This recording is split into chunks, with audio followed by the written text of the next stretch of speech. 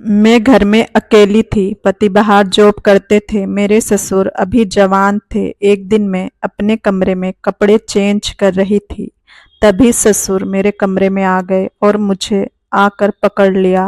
उसके बाद उन्होंने मेरे साथ, मेरा नाम शिल्पा है, मेरी उम्र 22 साल है। हम 3 बहनें हैं। मेरे पिताजी नहीं हैं, सिर्फ माँ है। हम बहुत ही गरीब परिवार से हैं। बहुत छोटा परिवार है जिसमें मैं और मेरी छोटी बहन और माँ है। मेरी बड़ी बहन की शादी 1 साल पहले हो गई थी। बहुत ही मुश्किल से मेरी माँ ने दीदी की शादी की थी, लेकिन उनकी शादी ज़्यादा दिन नहीं चल पाई।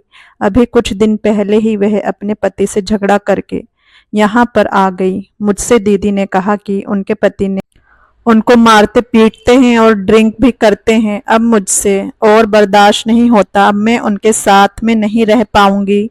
माँ ने दीदी को बहुत समझाया और कहा कि ऐसे आकर घर बैठ जाओगी तो लोग क्या कहेंगे। मैं दोबारा तुम्हारी शादी कैसे करूंगी और तुमसे कौन शादी करेगा। तुम जाओ वहां। लेकिन दीदी नहीं मानी। कहने लगी, माँ मुझसे अब और बर्दाश्त नहीं होता। वह अब मुझे जीने नहीं देगा। एक दिन मुझे खत्म करके ही छोड़ेगा। खत्म होने से अच्छा है कि मैं यहीं रहूं। मैं घर का सारा काम करूंगी। मुझे घर में रहने दो। कुछ दिनों में दीदी ने अपने पति से तलाक ले लिया। दीदी ने माँ की बात नहीं मानी। इस बात से माँ बहुत ज्यादा दुखी थी और उनको बहुत चिंता हो रही थी। मेरी माँ कहने लगी, अब कैसे भी करके शिल्पा की शादी कर दूं और इसकी शादी कहीं दूर कर दूंगी। मेरी माँ ने मेरे लिए एक पड़ोस की चाची से मेरे रिश्ते की बात की। उन्होंने कहा, मेरी जानकारी में एक पंडित जी हैं, उनके पास बहुत सारे रिश्ते हैं। मेरी माँ ने उनसे कहा, देखो मैं बहुत गरीब हूँ, मैं सिर्फ अपनी बेटी ही दे सकती हूँ, तो इस बारे में भी बात कर लेना। चाची ने कहा, ठीक है, तुम चिंता मत करो। 1 हफ्ते बाद एक लड़का अपने दोस्त के साथ मुझे देखने आया। माँ इस बात से बहुत खुश थी कि मेरे लिए कोई रिश्ता आया है। लड़का दिखने में बहुत अच्छा था। माँ ने उससे पूछा, तुम्हारे घर का कोई और नहीं आया। तो लड़का कहने लगा कि ये मेरा दोस्त है, मेरा नाम पवन है। मेरे घर में सिर्फ मेरे पिताजी हैं, वह भी देख नहीं सकते, इसलिए मुझे अकेले ही आना पड़ा। मैं जॉब करता हूँ। मुझे आपकी बेटी पसंद है और मुझे आपसे कुछ नहीं चाहिए। इस बात से मेरी माँ का खुशी का ठिकाना नहीं था। लेकिन मेरी दीदी को ये रिश्ता पता नहीं क्यों पसंद नहीं आया। वह माँ को अंदर कमरे में लेकर गई। फिर कहने लगी, अभी पहले सोच लो, उसके बाद रिश्ता पक्का करना। मुझे तो कुछ गड़बड़ लग रही है। सिर्फ लड़का ही अकेले देखने आ गया। पिताजी नहीं आ सकते थे तो कोई रिश्तेदार तो आ ही सकता था। माँ ने दीदी को डांट दिया कि तुम ये कैसी बातें कर रही हो, अपना घर उजाड़ कर बैठी हो, अब छोटी बहन का घर भी नहीं बसने दोगी। मुझे भी लड़का बहुत अच्छा लगा था, पर माँ जहाँ चाहती थी वही शादी होती। मेरी शादी बहुत साधारण तरीके से हो गई। मैं अपने ससुराल गई। ससुराल में घर अच्छा बना हुआ था, लेकिन घर में और कोई नहीं था, सिर्फ मेरे ससुर ही थे। मेरे ससुर एकदम जवान थे पर देख नहीं सकते थे। वह हमेशा चश्मा लगा कर रखते थे। आज मेरी सुहागरात थी। मैं सुहागरात की सेज पर बैठकर अपने पति का इंतजार कर रही थी। जैसे ही मेरे पति कमरे में आए, मेरे पास आकर बैठे, मेरा घूंघट उठाया और कहने लगे, मैं बहुत खुशकिस्मत हूँ जो मुझे तुम जैसी खूबसूरत बीवी मिली। तुम्हें पाकर मैं बहुत खुश हूँ। बस मैं तुमसे इतना चाहता हूँ कि तुम मेरे पिताजी का ध्यान रखना। मैंने कहा, हाँ बिल्कुल ध्यान रखूंगी। जैसे ही वह मेरे करीब आने लगे, अचानक से फोन बजा। फोन पर वो अजीब सा बर्ताव कर रहे थे। ऐसा लग रहा था कोई बहुत बड़ी बात हो गई है। फिर मैंने पूछा कि क्या हुआ। मुझसे कहने लगे, शिल्पा मुझे अभी यहाँ से जाना पड़ेगा, काम पर बहुत बड़ी मुश्किल हो गई है, मुझे माफ कर देना। सुहाग रात वाले दिन तुमको अकेला छोड़कर जा रहा हूँ। मुझे इस बात से थोड़ा बुरा तो लगा, लेकिन मैंने कहा कोई बात नहीं, अब आप कब आएंगे। वो कहने लगा, तुम्हें तो पता है कि मैं बाहर जॉब करता हूँ। मैं जाऊंगा, जैसे सब कुछ ठीक हो जाएगा उसके बाद मैं तुम्हें अपने पास ही बुला लूंगा। तब तक तुम पिताजी का ध्यान रखना। उसके बाद वह तुरंत निकल गए। मैं कमरे में अकेली बैठी थी। मुझे कुछ भी अच्छा नहीं लग रहा था। एक तो नया घर था, ऊपर से आज की रात मैं अकेली हो गई थी।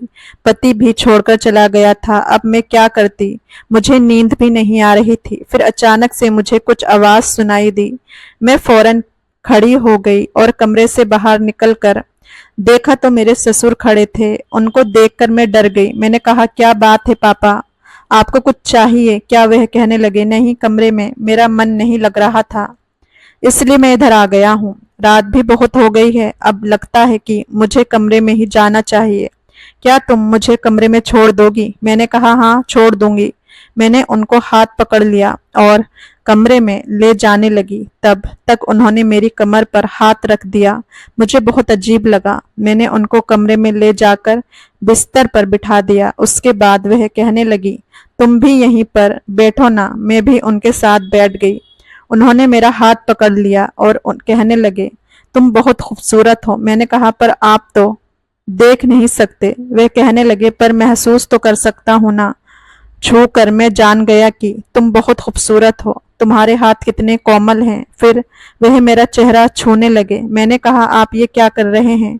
उन्होंने कहा, कुछ नहीं, बस देख रहा हूं कि तुम कितनी खूबसूरत हो। मैं थोड़ा पीछे हट गई। वह मेरी तरफ और बढ़े। मुझे कुछ भी समझ में नहीं आ रहा था। मुझे उनकी हरकतें बिल्कुल ठीक नहीं लग रही थी। फिर अचानक से आकर वह मुझे अपनी बाहों में भरने लगे। इस बात से मुझे बहुत गुस्सा आया। मैंने कहा, छोड़िए मुझे, ये क्या कर रहे हैं आप? वो कहने लगे, इतना नाटक तुम क्यों कर रही हो?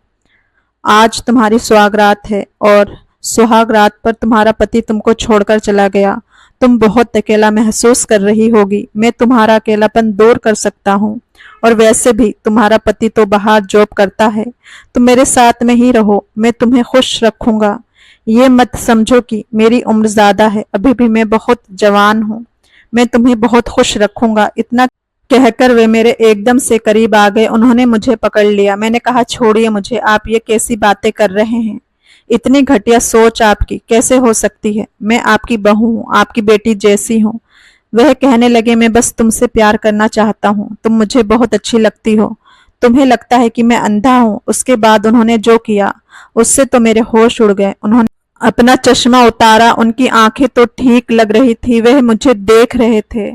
फिर मुझे एकदम से छूने लगे। कहने लगे, मैं सिर्फ अंधेपन का नाटक करता हूँ, मैं अंधा नहीं हूँ। मेरे बेटे ने तुमसे शादी सिर्फ मेरे लिए ही की है। मेरे बेटे की शादी हो चुकी है।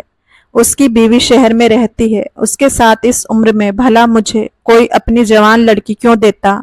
और मुझे किसी औरत से शादी नहीं करनी थी। मेरी बीवी मुझे कई साल पहले छोड़कर चली गई, लेकिन मैं अकेला नहीं रह सकता।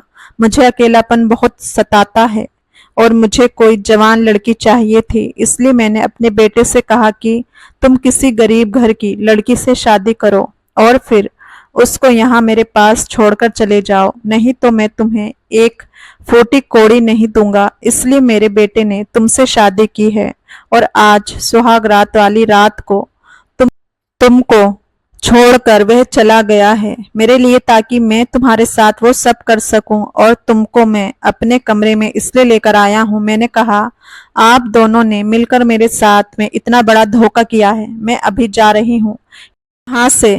जैसे ही मैं उठकर जाने लगी, उन्होंने मेरा हाथ पकड़ लिया और मेरे साथ जबरदस्ती करने लगे। मैं चिल्ला रही थी। कहने लगे, चिल्लाओ, जितना जोर जोर से चिल्लाना हो। यहाँ तो आस पास में घर भी नहीं है और घर में भी कोई नहीं है। तुम्हारी आवाज यहाँ पर कोई नहीं सुनेगा।